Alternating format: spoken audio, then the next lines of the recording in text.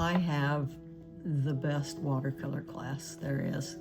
And I did a couple of demos for the watercolor class and didn't quite finish them. So I told them that I would post the finishing process on YouTube and they could watch it there. So if you have any questions, you can ask them in the comments, or if you'd like to help me name this painting, which might be Daffodil and Rocks, or Rocks and Daffodils, or Spring Break, or if you have a better idea, let me know in the comments, and also any questions on the process. So here we go.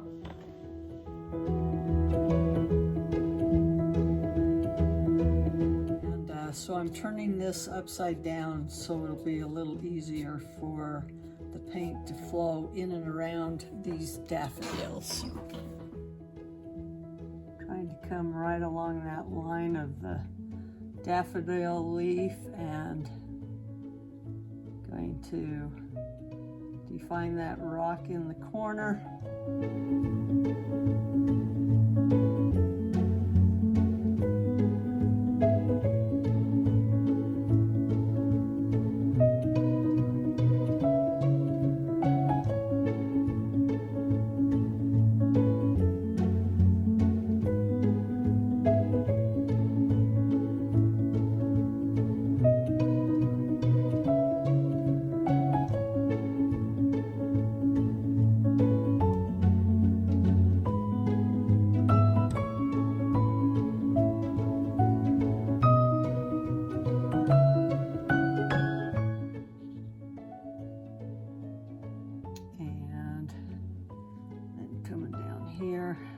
Turn that around first before I paint that.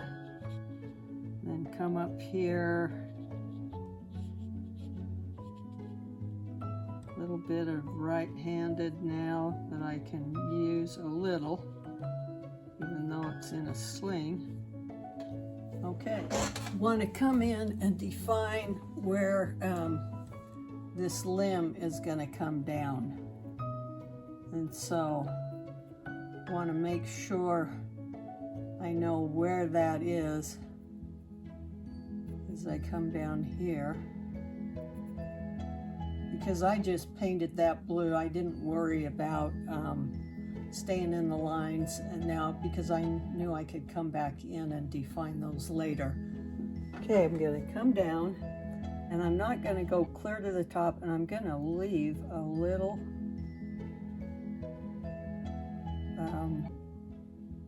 white mark next to that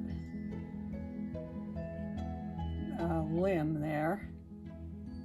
Come down and just come in and really define those leaves.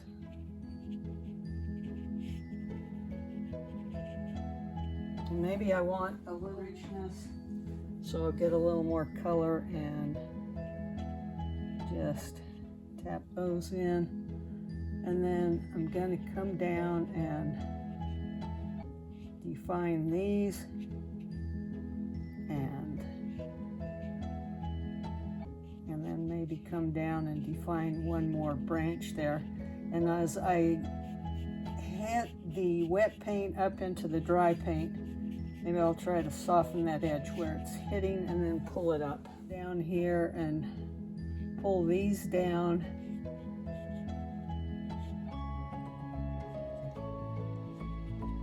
Just to kind of define the leaves of those daffodils. So it's really dark along the edge of that rock, so I want to come in and define that a little, and then maybe go up and define some of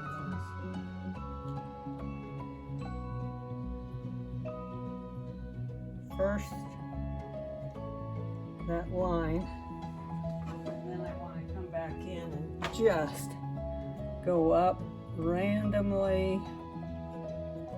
Now, if I'm worried about staying in the lines, my strokes are going to be stiff, and and unnatural, and so if I can just pull it up and not worry, that should go better. There's a drop right there. Before I try to fix that, I should make sure that it's really going to detract from the painting, because it might add to the painting. I'm going to come down here and put some of the texture of this tree limb in. So this painting I did to talk about texture, and this tree trunk here was, the texture was gotten by saran wrap. And so I need to continue that texture and color down here. So I've got me a piece of saran wrap to get ready. I've got to try to get a similar color. Luckily, I probably have something on my palette here. And then come down on the other side.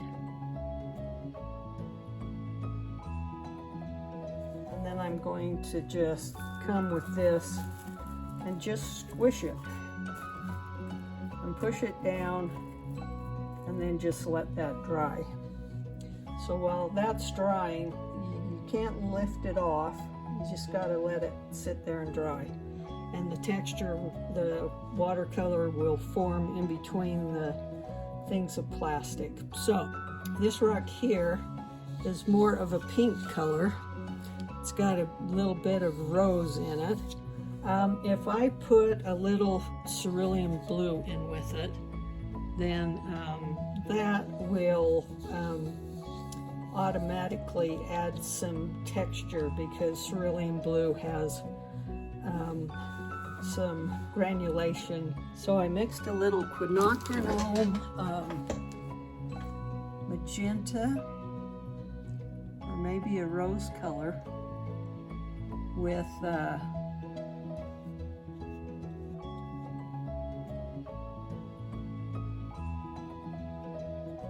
cerulean blue. And if I'm doing and right here, there's a nice little texture of leaves.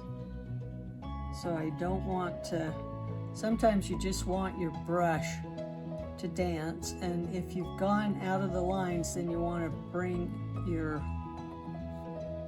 color up beyond that, and just paint right on your paper. The thing you want to do with texture is you don't want your painting to look like, oh, look, she used cellophane to get that texture. You want them first to see the painting and go, oh, look at that painting. And then as they get up and study it and they wonder how you did all of that, then you can check it out and decide, they can decide maybe how you approached the painting. This rock has an interesting texture. It has some lines that go down this way. It's gray, but a little different than the white gray of these rocks up here. So I'm going to try to mix that color. So sometimes you get the idea and you're not sure it's going to work or not, and I'm not sure it's going to work, but we'll bring this rock right here and just bring down those strokes really quickly. I think I've got a little Misket still, or Misket still on my page. It looks like it's there. And then I want that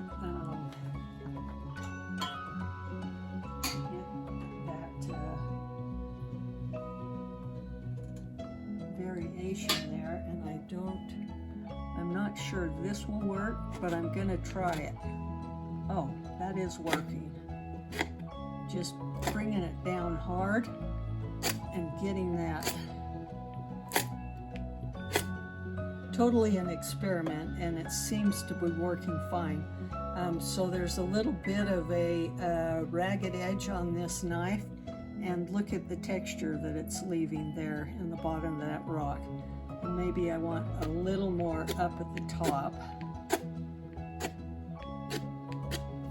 Okay, nice. I really want to take that plastic off, but I shouldn't yet. This rock looks like it's kind of that color again. I might have to come back in here and lift off some of that to make it lighter at the top. That's drying nicely. The puddles at the bottom are filling in those lines, so that's good. Okay, so I have some lines there. Do I want some lines here also to kind of echo that texture? And I think I will do that. And then get my, and this goes some different directions. So right here goes that direction, and then here it's going up here. Now look, it went out of the lines. Am I worried about that? Maybe I should be worried about that. Maybe I'll bring that down like that, and hopefully that will echo this texture here. Okay, I can't wait any longer. I've got to take that off. And look, do you see the texture there? So it did work, and it echoes the texture up there, so that's a good thing. Now you might think, oh, that's a mistake, or where it went off the pencil line and up into the other rock. Is that a mistake? Sometimes you want to take your paper towel and just dab it up, but it's good to just wait and look, because maybe this will end up better because of the accident that happened. It will end up to be a better painting. A lot of the painting process is the thinking that happens while you're looking at the painting. You've seen what you've done, and you're wondering if there's something else you can do. So I can define the edges of these rocks more by going in with a darker color. The joy of this painting is just seeing the different leaf shapes that are here and still on the ground. So I'm just going to put some of those in. And as I look at the photo, there is a nice leaf shape in a lot of these places. But I've got it over here, so I want to repeat it over here. See if I can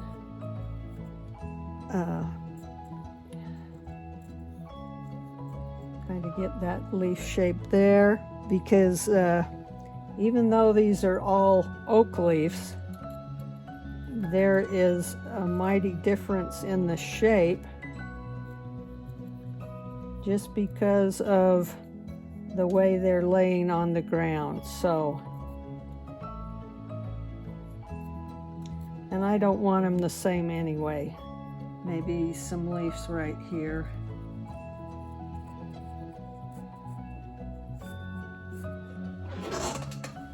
So I've got a lot of this fine edge of this rock here where I'm trying to be really careful and just come down along here and define that and bring it right up into those leaves. But then I want to just come out here and make it a little darker.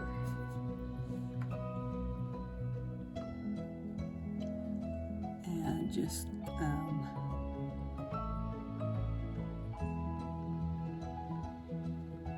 do a brush stroke that's quite free.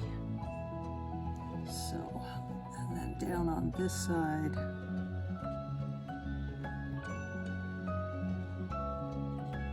and a little bit of dancing of the brush there. And then just come in and glaze over all those leaves. Make sure I don't glaze over the rock. Look how that will say leaf, but I can still didn't have to stay in the lines, can just wash over that and then make sure that that edge of that rock is okay.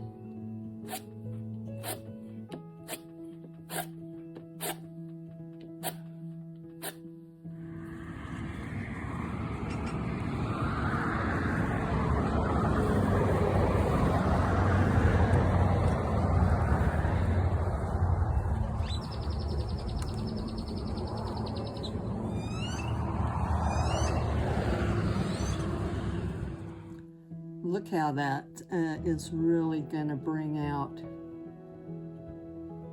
these rocks. Now I want a variety. I don't want to completely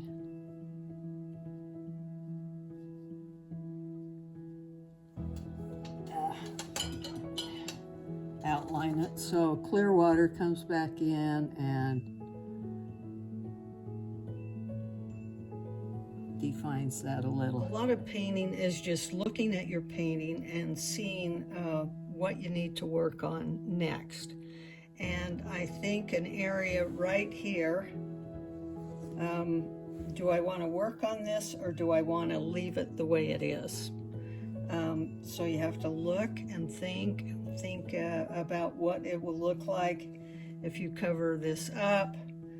Maybe there's some definition there that will work. And now look how nice those leaves are showing up right over there, if you can see them. Yes.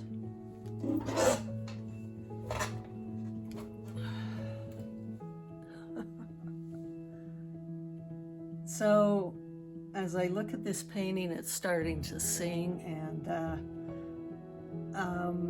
these daffodils are just opening up, just ready to open up to meet this new early spring. Maybe a little more dark detail in some of here to pop those rocks, or do I want that focus to just go up there? Maybe I need to stand back and take one more look at this painting and then maybe take the tape off.